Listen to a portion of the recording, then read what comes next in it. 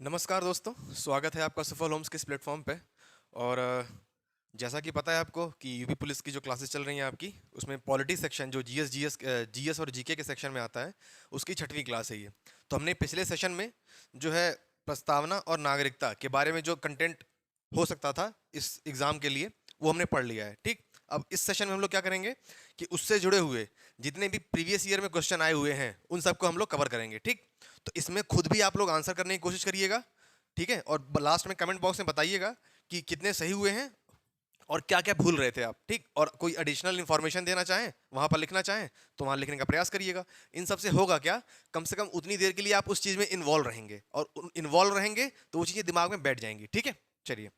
और बाकी आपकी जो तैयारी है वो बेहतर चली रही होगी, तो चलिए शुरू करते हैं। पहला क्वेश्चन आपको स्क्रीन पर दिख रहा होगा कि प्रस्तावना 72 नंबर क्वेश्चन है। 71 तक हमने संवैधानिक विकास के बारे में जो चैप्टर किया था उसमें समझ लिया था। ठीक है, और पिछले वीडियोस का अगर लिंक चाहिए हो आपको, तो नीचे जो है डिस्क्रिप्शन बॉक्स में उसके प्लेलिस्ट बना दी गई है एक, वहां पर उसका लिंक दिया गया है, वहां से आप देख सकते हैं। ठीक है, तो देखिए पहला क्वेश्चन क्या है। प्रस्तावना को संविधान की राजनीतिक कुंडली के रूप में किसने वर्णित किया था। प्रस्तावना को संविधान की राजनीतिक कुंडली के रूप में किसने वर्णित किया था। ए क्या दे रखा है, K M Munshi, B option N Madhavrao, C option B R Ambedkar, और D option Alladi Krishnaswami Ayyar. ठीक, तो इसमें जो आपका ऑप्शन है वो ए ऑप्शन सही हो जाएगा। ठीक है, क्या है ए ऑप्शन, के एम मुंशी। ठीक है, के एम मुंशी। अब के एम मुंशी कहां पर थे, अब देखिए चीजों को इंटरलिंक नहीं करेंगे तो चीजें मुश्किल है याद हो। ठीक है, इंटरलिंक करके याद करेंगे तो जल्दी याद हो जाएंगी चीजें। ठीक है, अब देखिए के एम मुंशी कहां पर आए थे। के एम मुंशी आए थे प्रारूप समिति में। प्रारूप समिति में। अब प्रारूप समिति तुरंत रिवाइज होना चाहिए। यहां पर क्या है, प्रारूप समिति के अध्यक्ष कौन थे, doctor Bhimrao Ambedkar, B R Ambedkar, Ambedkar. ठीक है, अब बाकी हमने क्या बताया था आपको तरीका याद करने का, देखिए पहले क्या बताया था मैंने, मोहम्मद सादुल्ला। क्या नाम बताया था, मोहम्मद सादुल्ला। दूसरे आयंगर, आयंगर। तीसरे अय्यर। ठीक है, चौथे आपके के एम मुंशी थे, के एम मुंशी। ठीक है, चौथे के एम मुंशी हो गए। उसके बाद देखिए कौन था, के एम मुंशी के बाद हो गए आपके बी एल मित्रा, बी एल मित्रा। फिर डीपी खेतान, डीपी खेतान। ठीक, अब देखिए यहां पर आपको पता है कि प्रारूप समिति में दो लोग लास्ट में चेंज हो गए थे। कौन थे वो, बीएल मित्रा थे, डीपी खेतान थे। तो बीएल मित्रा की जगह आए थे माधवराव, और डीपी खेतान की जगह आए थे, कौन आए थे डीपी खेतान की जगह, कृष्णामचारी। कौन आए थे, कृष्णामचारी। इनकी जगह पर आए थे कृष्णामचारी,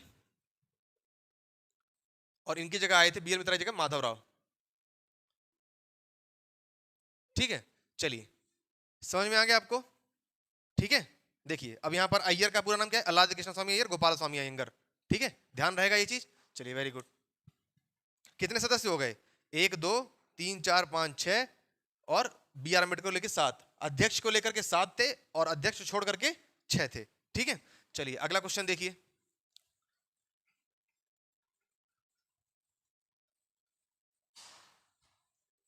अगला क्वेश्चन आपको स्क्रीन पे दिख रहा होगा। प्रस्तावना के अनुसार भारतीय संविधान अपना अधिकार कहां से प्राप्त करता है। आपने जब हमने कल देखा था, तो वहां तो आपने देखा था we the people of India, we हम भारत के लोग, क्या पढ़ा था आपने, हम भारत के लोग। ठीक, तो ये भारत के लोग यही क्या है, एक तरह से सत्ता का स्रोत है। हमने पढ़ा था ना, सत्ता का स्रोत पढ़ा था, सत्ता का स्वरूप पढ़ा था, सत्ता का लक्ष्य पढ़ा था प्रस्तावना में। तो स्रोत में क्या था, हम भारत के लोग मतलब भारत की जनता, और स्वरूप में क्या पढ़ा था हमने, संप्रभुता मतलब सोवरेनिटी। ठीक है, समाजवाद, ट्रिपल एस डी आर था ना, एक से सोवरेन ये, और फिर सेकुलर क्या था, पंथ निरपेक्षता। अभी क्वेश्चन आएगा कि पंथ निरपेक्षता किससे जोड़ा गया था, कब आया था भारत के प्रस्ताव संविधान के प्रस्तावना में। पंथ निरपेक्षता, लोकतंत्रात्मक गणराज्य, लोकतंत्रात्मक तंत्रात्मक गणराज्य। ये क्या है, ये स्वरूप है भारत के संविधान का। ठीक है, बाकी लक्ष्य में क्या देखा था हमने, तीन प्रकार के न्याय, सामाजिक आर्थिक राजनीतिक। ठीक है, पांच प्रकार की स्वतंत्रता, ये सब चीजें हमने देखी थी प्रस्तावना के चैप्टर में। ठीक है, तो यहां पर क्या आंसर हो जाएगा? भारत की जनता, the people of India, the people of India. ठीक है, चलिए अगला क्वेश्चन देखिए, द पीपल ऑफ इंडिया। अगला क्वेश्चन देखिए। अच्छा, यहाँ पर ब्रिटिश कॉन्स्टिट्यूशन दिया हुआ है यहाँ पर एक क्वेश्चन ऑप्शन में। तो क्या आपको याद है ब्रिटिश, जब हमने पहला चैप्टर किया था कि भारत के संवैधानिक स्रोत कि कौन से देश से क्या लिया गया है, उसमें आपको याद है क्या कि ब्रिटेन के संविधान से क्या क्या लिया गया था? याद है? बहुत अच्छी बात है, रिवाइज करिए एक बार जरा, सोचिए कि क्या सही बोल रहे हैं आप। पहला क्या है? संसदीय व्यवस्था, संसदीय व्यवस्था, ठीक है। एकल नागरिकता, एकल नागरिकता। और अभी आप ये भी बताएंगे कि क्योंकि आप पढ़ चुके हैं कि एकल नागरिकता भारत के संविधान के किस अनुच्छेद से परिलक्षित होता है? ठीक है, आर्टिकल 9। ठीक है, क्या बोला गया आर्टिकल 9 में? कि अगर स्वेच्छा से कोई व्यक्ति किसी अन्य देश की नागरिकता स्वीकार कर लेता है तो उसकी नागरिकता स्वतः समाप्त हो जाएगी। ठीक है, चलिए एकल नागरिकता लिया गया है। और rule of law, rule of law, विधि का शासन, विधि का शासन लिया गया है। ठीक, इतना याद रहेगा, एकल नागरिकता, विधि का शासन। ठीक है, मंत्रिमंडलीय व्यवस्था भी ली गई है वहां से। चलिए अगला देखिए क्वेश्चन। जितना एक्सप्लेन करके चीजें कराई जा सकती हैं उतना मैं प्रयास करूंगा करने का, ताकि आपको बार बार चीजें रिवाइज होती रहें। अगला क्वेश्चन देखिए 74 नंबर। किस अंग्रेजी राजनीतिक वैज्ञानिक ने उद्देशिका को भारतीय संविधान की कुंजी यानी की नोट कहा था? तो सर अर्नेस्ट बार्कर थे। कौन थे? ऑप्शन ए आपका इसमें सही हो जाएगा, सर अर्नेस्ट बार्कर। इन्होंने अपने जो बुक लिखी थी उसमें ये बोला था कि अगर पूरे भारत के संविधान को पढ़ा जाए तो सिर्फ प्रस्तावना को एक तरह से उसका पूरा जो संक्षिप्त विवरण है ना, उसके तौर पे हमको की नोट बोल सकते हैं इसको। ठीक, अगला देखिए, अगला क्वेश्चन देखिए 75 नंबर। भारतीय संविधान की उद्देशिका में व्यक्त किए गए न्याय, सामाजिक, आर्थिक, राजनीतिक, हमने क्या बोला था कितने प्रकार के न्याय थे? 3 प्रकार के। कितने प्रकार के न्याय थे प्रस्तावना में? न्याय 3 प्रकार के। कौन कौन से? राजनीतिक, आर्थिक और सामाजिक। ठीक है, सामाजिक न्याय। चलिए, तो 3 प्रकार के न्याय हैं। अब ये बोला गया, ये लिया कहां से गया है? ये लिया कहां से गया है? रूस की क्रांति, अमेरिका की क्रांति, फ्रांसीसी क्रांति, गौरवशाली क्रांति। ये आपके यूपीएससी 2021 में आया हुआ है। ठीक है, तो यहां पर देखिए इसका आंसर क्या हो जाएगा? रूस की क्रांति। ये तीनों प्रकार के न्याय कहां से लिए गए हैं? रूस की क्रांति से। अब यहां पर देखिए ऑप्शन में एक फ्रांसीसी क्रांति भी है। फ्रांसीसी क्रांति से क्या लिया गया था? बंधुता का भाव, स्वतंत्रात्मक चीजें है ना, गणराज्य वाली बातें, ये सब वहां से ली गई थी। अब देखिए रूस से और क्या लिया गया था? मौलिक कर्तव्य लिए गए थे आपके। क्या लिए गए थे? मौलिक कर्तव्य, मौलिक कर्तव्य लिए गए थे। ठीक है, अब मौलिक कर्तव्य भारतीय संविधान में किस संशोधन के द्वारा जुड़ा था? 42वें संविधान संशोधन, 42nd कॉन्स्टिट्यूशनल अमेंडमेंट के तहत 1976 में इसको जोड़ा गया था। किसमें? आर्टिकल 51A में। ठीक है, कुल कितने मौलिक अधिकार हैं? 11 मौलिक अधिकार हैं। किस समिति की सिफारिश पर? स्वर्ण सिंह समिति की सिफारिश पर। ठीक है, इतना याद रहेगा, स्वर्ण सिंह समिति के सिफारिश पर। ठीक है, चलिए याद रहेगा ना। चलिए यहां पर अमेरिका की बात कर दी गई है, तो अमेरिका के संविधान से क्या लिया गया था? मौलिक अधिकार लिए गए थे, राष्ट्रपति का पद लिया गया था। ठीक है, और जो हाई कोर्ट और सुप्रीम कोर्ट के अपने न्यायाधीश होते हैं उनके पदच्युत की जो व्यवस्था है वो ली गई थी। ठीक है, महाभियोग की व्यवस्था ली गई है, उपराष्ट्रपति का पद लिया गया है। ध्यान रहेगा इतना चीज। चलिए अगला देखिए 76 नंबर क्वेश्चन देखिए। उद्देशिका को किस मामले में भारत के संविधान का हिस्सा माना गया था? देखिए हमने कल बात की थी, प्रस्तावना का जब डिस्कस किया था हमने 3-4 केस पढ़े थे हमने। पहला क्या? AK गोपालन केस। AK गोपालन केस ये कब आया था? 1950 में, AK गोपालन केस। ठीक है, उसके बाद बेरूवारी केस, बेरूवारी केस, बेरूवारी केस। ठीक है, ये कब आया था? 1960 में। फिर गोलकनाथ केस, गोलकनाथ वाद या केस कुछ भी बोल लीजिए, ये कब आया था? 1967 में। ठीक है, अब क्या आ गया? केशवानंद भारती केस, केशवानंद भारती केस, एक ऐतिहासिक फैसला था ये। ठीक है, ये कब आया था? 24 अप्रैल 1973 को। अब देखिए यहां से इन तीनों केसेस में क्या बोला गया कि संविधान जो प्रस्तावना है वो संविधान का भाग नहीं है। ठीक है, इन तीनों केस में बोला गया। लेकिन केशवानंद भारती केस में क्या बोल दिया गया कि प्रस्तावना संविधान का भाग है और संसद के पास ये शक्ति है कि संविधान के किसी भी भाग में संशोधन कर सकती है। लेकिन क्या एक टर्म इस्तेमाल किया गया, इसमें एक शब्दावली इस्तेमाल की गई, संवैधानिक मूल ढांचा। क्या इस्तेमाल किया गया? संवैधानिक मूल ढांचा। ठीक है, अब संवैधानिक मूल ढांचा की परिभाषा जो है वो कौन देगा? सुप्रीम कोर्ट खुद देगी। उन्होंने बोला कि इस संवैधानिक मूल ढांचे को छोड़ करके संसद को यह अधिकार है कि वो संविधान के किसी भाग में संशोधन कर सकती है। ठीक है, ध्यान रहेगा इतना चीज। चलिए, तो आपका आंसर क्या हो जाएगा इसमें? बी ऑप्शन, केशवानंद भारती बनाम केरल राज्य। ठीक है, और ये चीजें करंट में भी हैं क्योंकि अभी केशवानंद भारती जी की मृत्यु भी हो गई है। ठीक है, चलिए, अनुच्छेद जब 9 हमने अनुसूची जो 9 पढ़ी थी हमने, तो उसमें हमने डिस्कस किया था कि उसमें ऐसे विवाद डाल दिए गए थे, भूमि सुधार संबंधी कानून डाल दिए गए थे जिसमें न्यायिक पुनरावलोकन की बात नहीं की जा सकती थी। लेकिन ये जब जजमेंट आया केशवानंद भारती केस का, तो उसमें ये बोला गया था कि 24 अप्रैल 1973 के बाद से जो भी चीजें उसमें डाली गई हैं, अगर वो मूल ढांचे के खिलाफ हैं तो उसका भी न्यायिक पुनरावलोकन किया जा सकता है। ठीक है, चलिए, न्यायिक पुनरावलोकन कहां से लिया गया है? अमेरिका के संविधान से लिया गया है। चलिए अगला देखिए, 77 नंबर क्वेश्चन। 13 दिसंबर 1946 को संविधान सभा में ऐतिहासिक उद्देश्य संकल्प को किसने रखा था? हमने देखा था, बताया था आपको कि देखिए जो संघ शक्ति के जो समिति के अध्यक्ष थे जवाहरलाल नेहरू, वो उन्होंने 13 दिसंबर 1946 को उद्देश्य प्रस्ताव संविधान सभा के समक्ष प्रस्तुत किया था। 13 दिसंबर, चलिए शुरू से देख लीजिए। 9 दिसंबर, देखिए और शुरू से देख लीजिए, जुलाई 1946 में संविधान सभा का एक तरह से गठन हुआ था, प्रोसेस चल रहा था इसमें। ठीक है, 9 दिसंबर 1946 को प्रथम बैठक हुई, फर्स्ट मीटिंग। ठीक है, इसमें जो है अस्थायी अध्यक्ष किसको बनाया गया? सच्चिदानंद सिन्हा को। सच्चिदानंद सिन्हा को अस्थायी अध्यक्ष बना दिया गया। ठीक है, 11 दिसंबर 1946 को सेकंड मीटिंग हुई। सेकंड मीटिंग में क्या किया गया? सेकंड मीटिंग में राजेंद्र प्रसाद को, डॉक्टर राजेंद्र प्रसाद को, जो आगे चल करके प्रथम राष्ट्रपति बने थे भारत के, स्थायी अध्यक्ष बनाया गया। स्थायी अध्यक्ष। ठीक है, अब स्थायी अध्यक्ष बना दिया गया, लेकिन साथ में एचसी मुखर्जी को यहां पर उपाध्यक्ष बना दिया गया। उपाध्यक्ष। ठीक है, जिनके स्थान पर बाद में वीटी कृष्णामाचारी आ गए थे। ठीक है, ध्यान रहेगा इतना। चलिए, तो क्या हो जाएगा आंसर यहां पर? जवाहरलाल नेहरू। अच्छा, ये उद्देश्य प्रस्ताव अगर 13 दिसंबर को इन्होंने, जवाहरलाल नेहरू ने 1946 को इन्होंने उद्देश्य प्रस्ताव प्रस्तुत किया था। उद्देश्य प्रस्ताव प्रस्तुत किया था। ठीक है, अब प्रस्तुत हो गया, लेकिन ये पारित कब हुआ?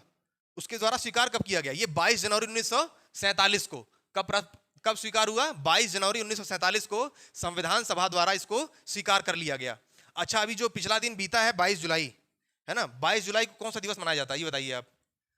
22 जनवरी को तो ये 1947 को ये स्वीकार हो गया।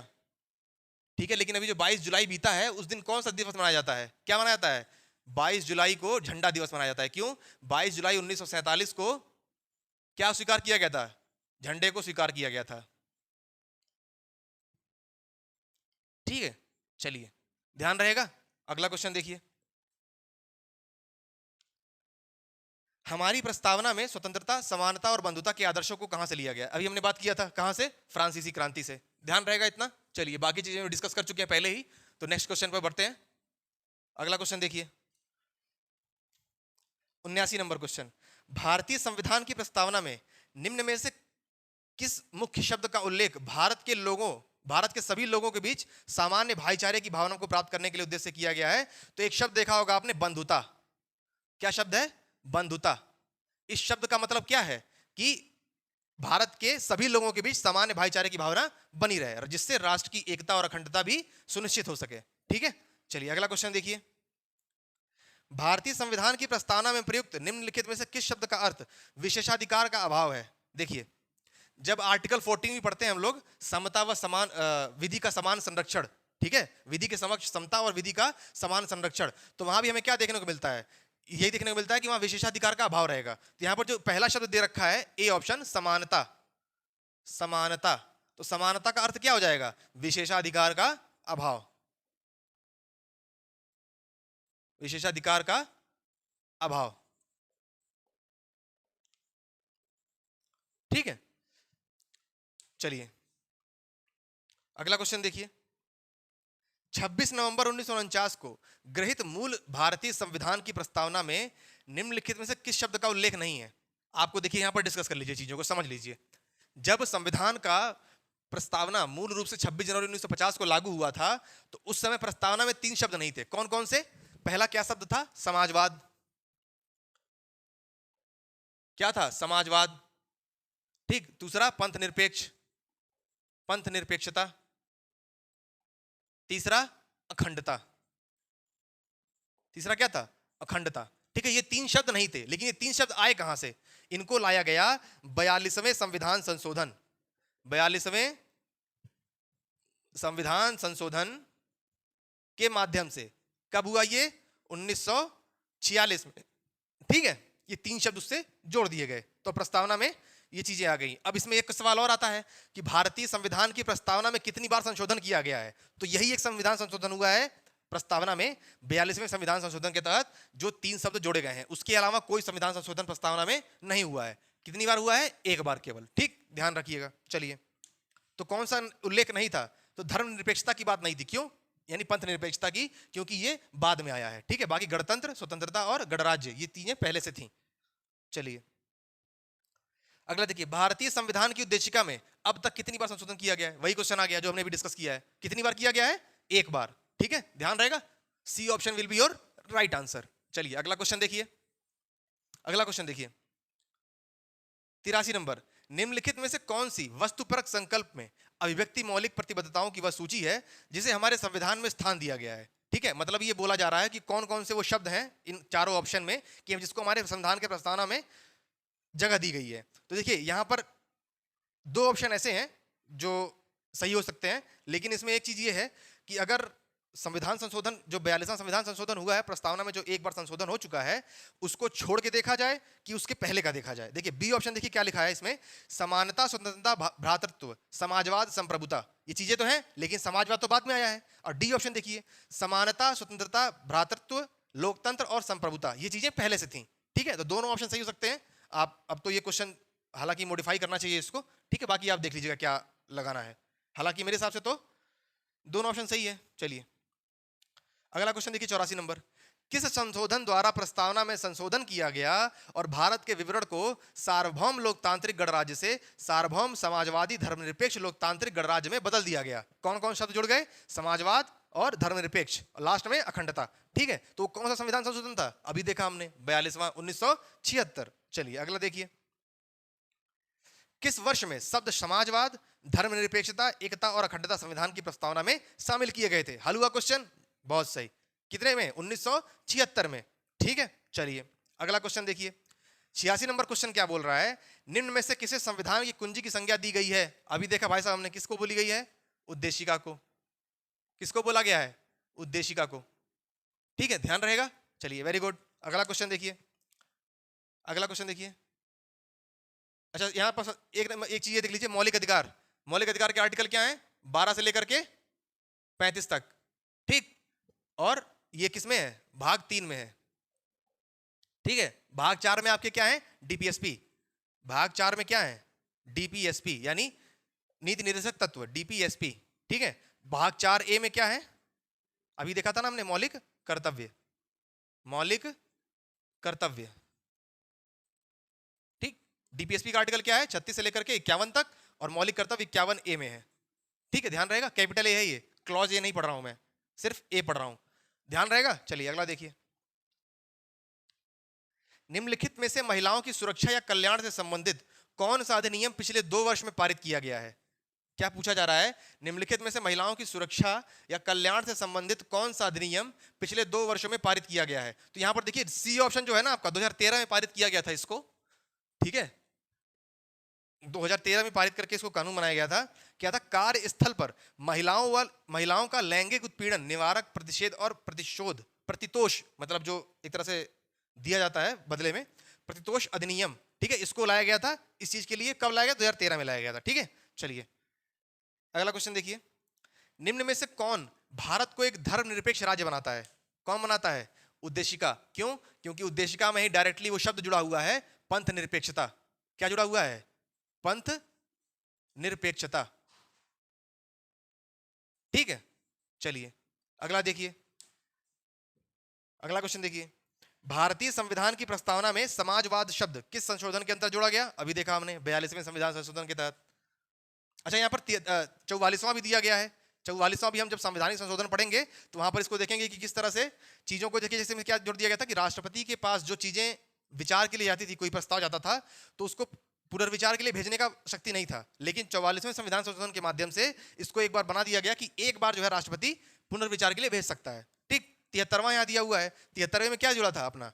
पंचायती राज। पंचायती राज, इसमें कितने विषय हैं? 29 विषय हैं। ठीक है, हम तब देखेंगे जब पंचायती व्यवस्था आएगी तब देखेंगे। चलिए अगला देखिए, अगला देखिए, किस व्यक्ति को भारत के एक नागरिक के रूप में मान्यता प्राप्त करना भारत के नागरिक। अब देखिए नागरिकता वाला चैप्टर आ गया आपका। ठीक है, नागरिकता वाले क्वेश्चन यहाँ पर शामिल कर लिए गए हैं। तो क्या है पहला क्वेश्चन आपका? किसी व्यक्ति को भारत के एक नागरिक के रूप में मान्यता प्रदान करना भारत के संविधान के अधीन है। किसके? आर्टिकल 5 से लेकर के आर्टिकल 7 में। और ये किस भाग में आता है संविधान के?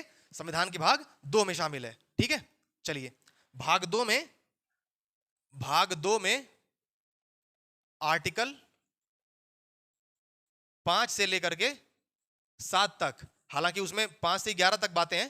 ठीक है, टोटल 5 से 11 तक आर्टिकल है, लेकिन यहां पर ऑप्शन दे रखा है 5 से 7 तक, तो हम ये मान लेंगे कि नागरिकता देने का अधिकार है। ठीक है, अच्छा पूरा याद है क्या आपको? रिवाइज करना है आर्टिकल 5 से लेकर 11 तक क्या प्रावधान थे, रिवाइज करना है। देखिए 1 मिनट लगेगा, रिवाइज कर लीजिए। अगर आपको याद है, मन में सोच के देखिए क्या याद है वो चीजें जो आपने कल के क्लास में की थी। ठीक है, एक बार सोच के देखिए मन में, अगर नहीं आ रहा तो यहां सुनिए ध्यान से। आर्टिकल 5, 6, 7, 8 और 9, 10 और 11। आर्टिकल 5 में क्या बोला गया है कि जन्म से जो यहां पर उपस्थित है वो क्या है? जिसका जन्म यहां हुआ है वो यहां का नागरिक माना जाएगा। ठीक है, जन्म से जो रह रहा है यहां पे 19 जुलाई 1948 के बाद से। अगला क्या है? 6वां नंबर क्या बोला गया है? जो पाकिस्तान से आए हैं, जो पाकिस्तान से आए हैं। ठीक है, वो क्या हो जाएंगे? उनको नागरिकता देने के बारे में जो है बात की गई है। यहां पर है ये पाकिस्तान से आने वाले बात जो है 19 जुलाई 1948, यहां पर है 19 जुलाई 1948 के बाद से। ठीक है, चलिए अगला क्वेश्चन देखिए। ये अगला आर्टिकल 7वां नंबर, 7वां ये बोला गया है कि जो पहले पाकिस्तान चले गए उसके बाद भारत आए हैं उनके बारे में प्रावधान है। ठीक है, पाकिस्तान जाने के बाद 1 मार्च 1947 के बाद जो पाकिस्तान जा करके भारत आए हैं उनको नागरिकता देने के बारे में प्रावधान आर्टिकल 7 में दिया गया है। ठीक है, आर्टिकल 8 में क्या बोला गया है? शिक्षा, रोजगार और शिक्षा, रोजगार और विवाह, इनसे संबंधित, मतलब इनके आधार पर कोई अगर बाहर रह रहा है तो उनकी नागरिकता के बारे में क्या प्रावधान होंगे वो आर्टिकल 8 में दिया हुआ है। ठीक है, आर्टिकल 9 में क्या बोला गया? जैसे बताया मैंने वहां पर एकल नागरिकता वाली बात, कि स्वेच्छा से अगर कोई किसी और देश की नागरिकता स्वीकार कर लेता है तो उसका क्या है कि नागरिकता समाप्त हो जाएगी। ठीक, क्यों? क्योंकि भारत में एकल नागरिकता का प्रावधान है। 10वें में क्या बोला गया है कि उपरोक्त भाग 2 के किसी भी प्रावधान के तहत अगर किसी को नागरिकता का दर्जा मिल गया है तो उसकी नागरिकता बनी रहेगी, लेकिन उसको संविधान के द्वारा बनाए गए विधि के अधीन रहना पड़ेगा। ठीक, आर्टिकल 10 में ये बोला गया है। आर्टिकल 11 में क्या बोला गया है कि संसद को भारत की नागरिकता को विनियमित करने का अधिकार प्राप्त है। उसी के तहत भारतीय नागरिकता अधिनियम 1955 लाया गया है, जिसमें 5 प्रकार से नागरिकता देने की बात की गई है: जन्म से, वंश से, पंजीकरण, प्राकृतिकरण और अर्जित क्षेत्र के माध्यम से। ठीक है, चलिए अगला क्वेश्चन देखिए। निम्नलिखित में से कौन सा कृत्य भारतीय संविधान की नागरिकता रद्द करा सकता है? पहला क्या बोल रहा है? नागरिक ने संविधान के प्रति निष्ठाहीनता दर्शाई हो, नागरिक ने युद्ध के समय गैर कानूनी तरीके से शत्रु के साथ संपर्क साधा हो। ठीक है, दोनों ऑप्शन सही है यहाँ पर, ए और बी दोनों सही हो जाएगा। ठीक है, B option will be your right answer. हमने देखिए बात किया था कि नागरिकता कैसे समाप्त होगी। पहली बात तो जो पंजीकरण और प्राकृतिक तरीके से मिला है जिनको, अगर वो झूठा तथ्य देते हैं तो, संविधान के प्रति आस्था नहीं रखते हैं तो। ठीक है, और ये है कि 5 जैसे नागरिकता मिली उनको और 5 साल के भीतर किसी अन्य देश में उनको क्रिमिनल क्राइम के तहत 2 साल की सजा मिल गई तो क्या है, उनकी नागरिकता चली जाएगी। ठीक है, ध्यान रहेगा ये। चलिए अगला देखिए, या बिना बताए 6-7 साल के लिए गायब हो जाए, ठीक है, तब भी चला जाता है। अगला नंबर 12वें नंबर क्वेश्चन 92, भारत के संविधान का निम्नलिखित में से कौन सा भाग नागरिकता से संबंधित है? अभी हमने देखा भाग 2। ठीक, भाग 4 क्या था? डीपीएसपी। ठीक है, चलिए भाग 6 राज्य वाले क्षेत्रों के लिए, राज्य वाले संबंधों के लिए। अगला देखिए, भारत के सर्वोच्च न्यायालय के मुख्य न्यायाधीश कौन है? देखिए उस समय मार्कंडे काटजू थे जब पूछा गया था। ठीक है, जब पूछा गया था तब के 2013 की बात कर रहा है ये, लेकिन अभी आप वर्तमान में बताएंगे, वर्तमान में चीफ जस्टिस ऑफ इंडिया कौन है, ये कमेंट बॉक्स में आप बताएंगे, ठीक है। चीफ जस्टिस ऑफ इंडिया कौन है वर्तमान में, आप बताएंगे कमेंट बॉक्स में।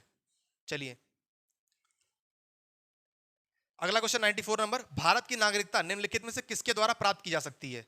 देखिए हमने बताया था ना, जो 1955 का अधिनियम है उसमें 5 प्रकार से बात की गई है। पहला क्या है, पहला है वंश से, पहला है जन्म से, ठीक है, देखिए जन्म से, वंश से, ठीक है। तीसरा क्या है, प्राकृतिकरण से, प्राकृतिकरण से, ठीक क्या है। चौथा जन्म से, पंजीकरण से, पंजीकरण से।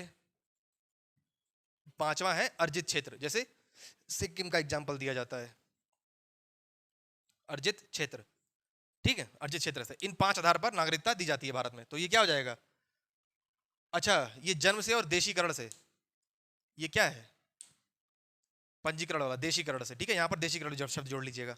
चलिए अगला देखिए,